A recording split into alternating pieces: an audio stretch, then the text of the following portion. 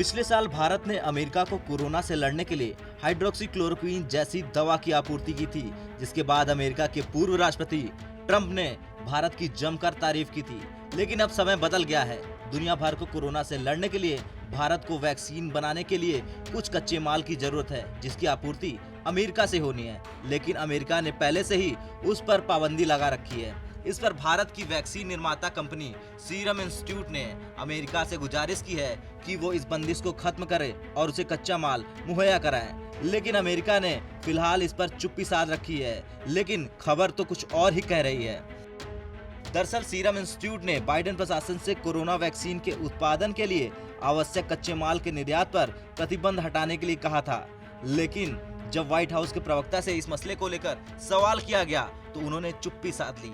हालांकि बाइडेन प्रशासन ने भारत सरकार को गुप्त संदेश भिजवाया है कि वो उसकी जरूरतों को अच्छे से समझता है। अमेरिकी अधिकारी मानते हैं कि भारत अमेरिका के बीच स्वास्थ्य सहयोग का दायरा व्यापक है। दिल्ली स्थित अमेरिकी दूतावास के अधिकारी भी संबंधित भारतीय अधिकारियों के साथ संपर्क में हैं। विदेश मंत्री एस जयशंकर और उनके अमेरिकी समकक्ष एंटनी ब्लिंकन की वर्चुअल बैठक के दौरान कच्चे माल के निर्यात से प्रतिबंध उठाने का संकेत दिया गया। अगर ऐसा हो जाता है तो भारत में ज्यादा मात्रा में वैक्सीन बनाई जा सकेगी। सीरम इंस्टीट्यूट ऑफ इंडिया का कहना है कि बाइडेन प्रशासन ने उस कच्चे माल के निर्यात पर रोक लगा दी है जिसकी कोविड-19 का टीका बनाने के लिए जरूरतें होती है। सीरम इंस्टीट्यूट ऑफ इंडिया ने अमेरिका के राष्ट्रपति जो बाइडेन से इस प्रतिबंध को खत्म करने की मांग की है।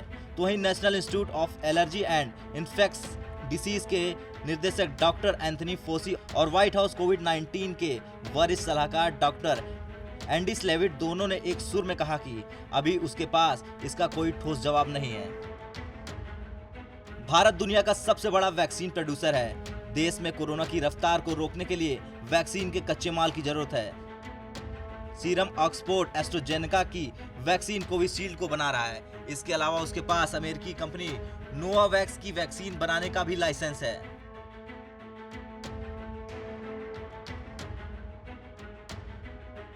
भारत में 1 मई से वैक्सीनेशन ड्राइव का तीसरा फेज शुरू हो गया है। इसके तहत 18 साल से ऊपर के सभी लोग वैक्सीन लगवा सकेंगे। लेकिन इसके लिए भारत को बड़ी मात्रा में वैक्सीन प्रोड्यूस करने की जरूरत है, जो कि अमेरिका के कच्चे माल से ही किया जा सकता है। ब्यूरो रिपोर्ट, भारत तक।